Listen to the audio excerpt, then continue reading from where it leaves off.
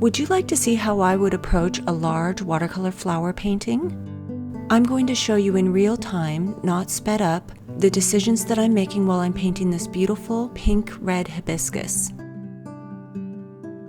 I'll show you how I build the background colors, how I bring the flower to life with lights and darks and shadows.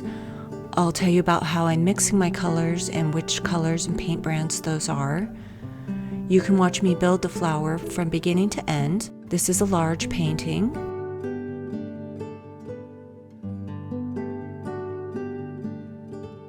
I'm artist Jenny Floravita, and welcome back to my art studio. Let's begin. The first part of the flower is going to be washes of color with different luminosities.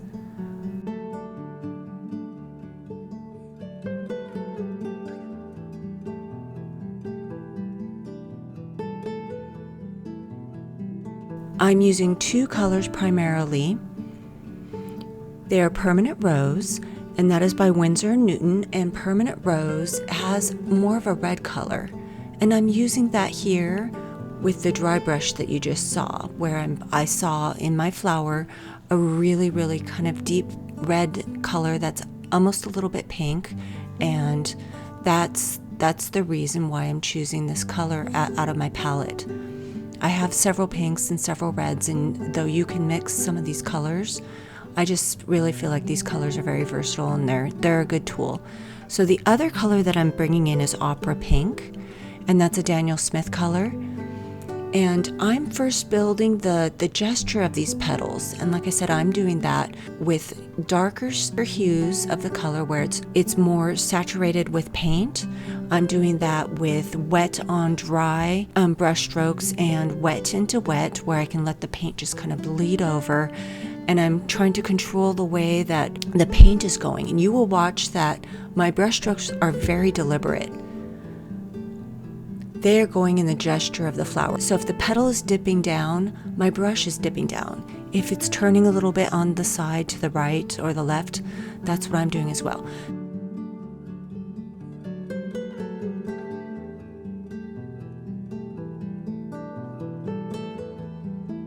So here are the colors that I'm using.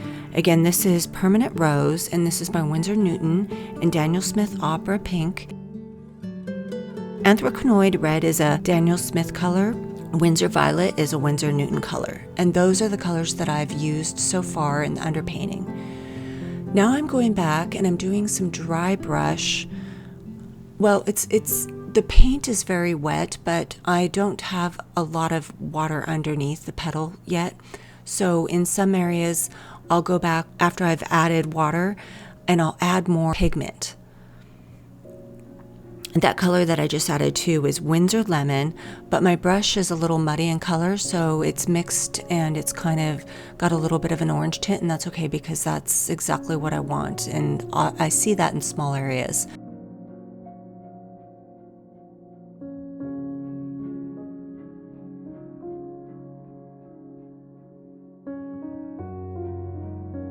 I'm doing this section by section. My brush is loaded with paint. I'm really using the contour of what I see the petal is doing. I'm basically looking and I'm moving my wrist and I'm grabbing the gesture that way, and I'm going rather slow.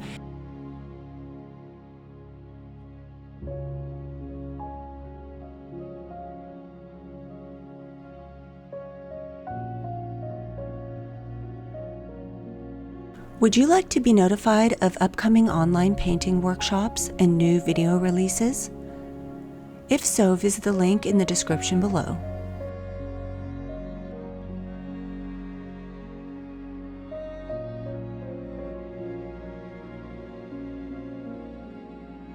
I really love the challenge of this because it allows me to be very expressive.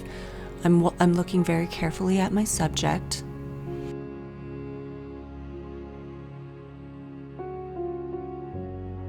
Because I did a good job with the underpainting, I can follow that as a guide.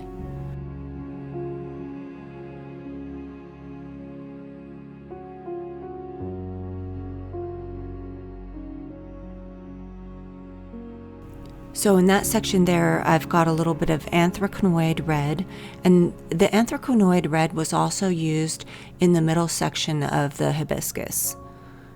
And there it is on my paint swatch.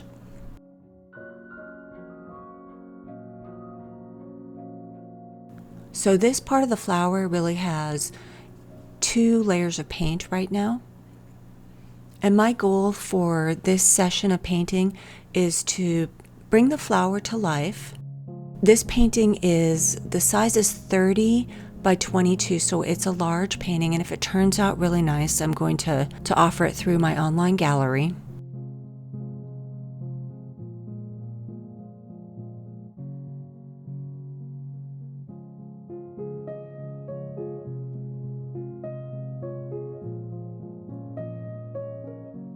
I don't want to get too dark in this layer because I'm going to do a background. In another video or two, I'm going to show you how I would paint the leaves and the branches for this flower, and then in the final video I'm going to show you how I'm going to paint the background color, and we'll just see if that turns out. That's always a risk with watercolors. With oil paints and acrylics, if you want to change a background, all you have to do is slap on more paint. But with watercolors, it's a little bit more set. Watercolor is such an expressive medium. I painted in watercolor exclusively for the first part of my fine art career. I really love it, and I think it's just a very, very beautiful and expressive medium. And I'm doing large watercolors right now because my art group in Facebook, my private group, they've all asked to see watercolors continuously. I ask people when they come into the group what they'd like to see, and they're all indicating that they'd like to see watercolors. So though I've shown you a lot of smaller painting tutorials, I want to show you how I would do a larger work of art.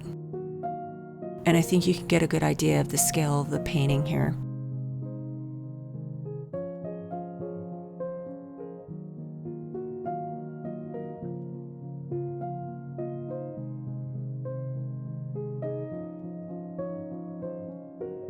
So honestly, I don't really know what I would consider this flower color. Is it pink or is it red? Why don't you tell me? And in the final phase of this painting, when I show you in the next couple videos coming within the next week or two, I'm going to be adding shadows. Even though this flower already has a good amount of shadow work, I'm going to be adding shadows that are contrast, shadows that are coming from branches and leaves, just making it more dramatic. That can really change a flower. It's also a very challenging thing to do well, and it doesn't always turn out.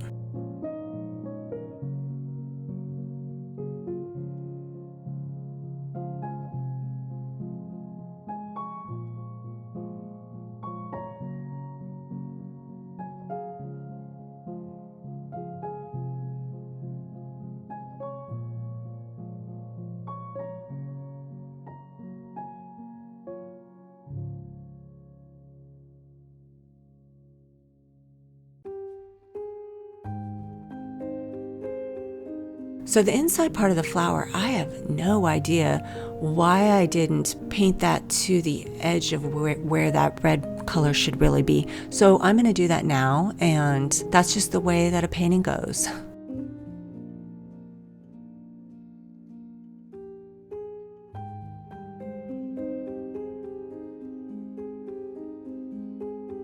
I think you can see the flowers really coming together here.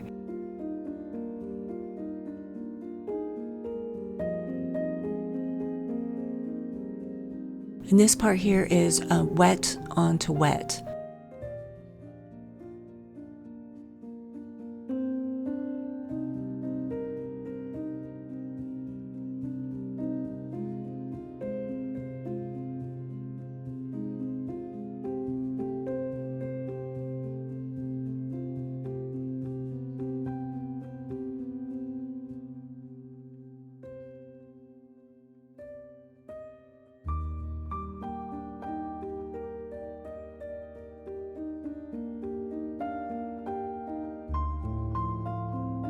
Watercolor is very easy to make look glowing and luminous, and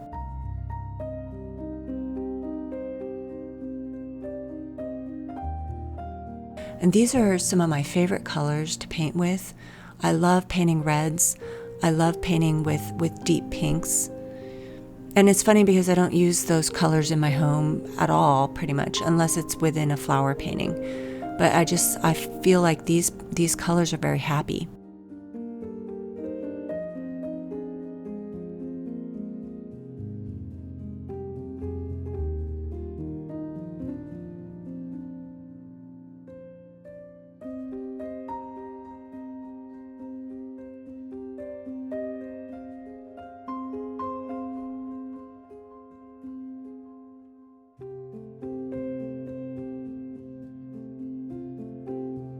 I'm going to get bolder with my colors. And this is a part where you just want to go slow, and if you feel like you've done a stroke that's a little bit too bold, soften it. Just go back with clear water, soften the edges on either side.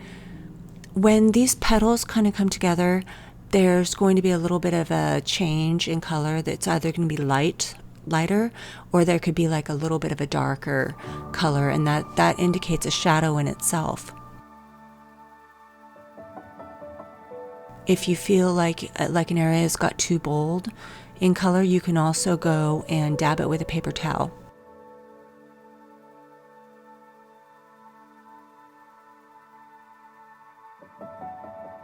This paper is 300-pound cold press, and it's got a rather soft feeling to it. I think this is a Fabriano. Usually I use Arches. I've gone back and forth between the two brands, and I actually feel like the papers really react differently. This Fabriano paper I feel like it allows you to lift color a little bit more than the Arches does. And the 300-pound, that 300-pound press, that allows you to have paper that's thick enough that it doesn't really bend and warble. And even with this big flower, I'm going to get a little bit of that. But the trick is, after you're done painting and your piece is dry, just turn it over and put something heavy on it, like a set of books on top, and your paper will flatten right out again and be ready for you to continue layering the next day.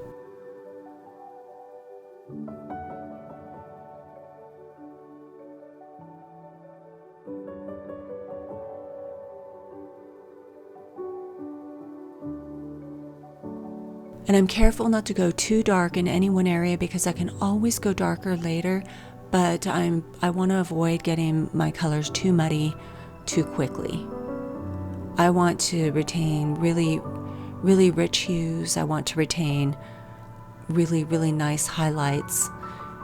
And as I begin to add the background and as I begin to paint the leaves, this flower here is going to go through another phase.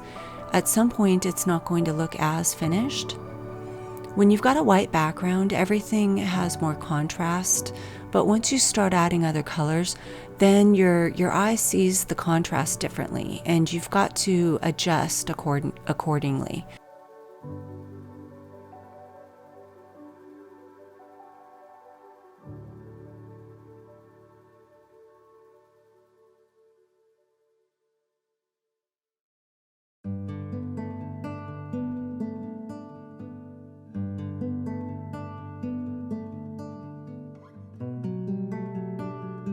When I was younger, I kind of saw every painting. I felt like every painting had to be something that I was going to offer to the public through an art festival or through a gallery.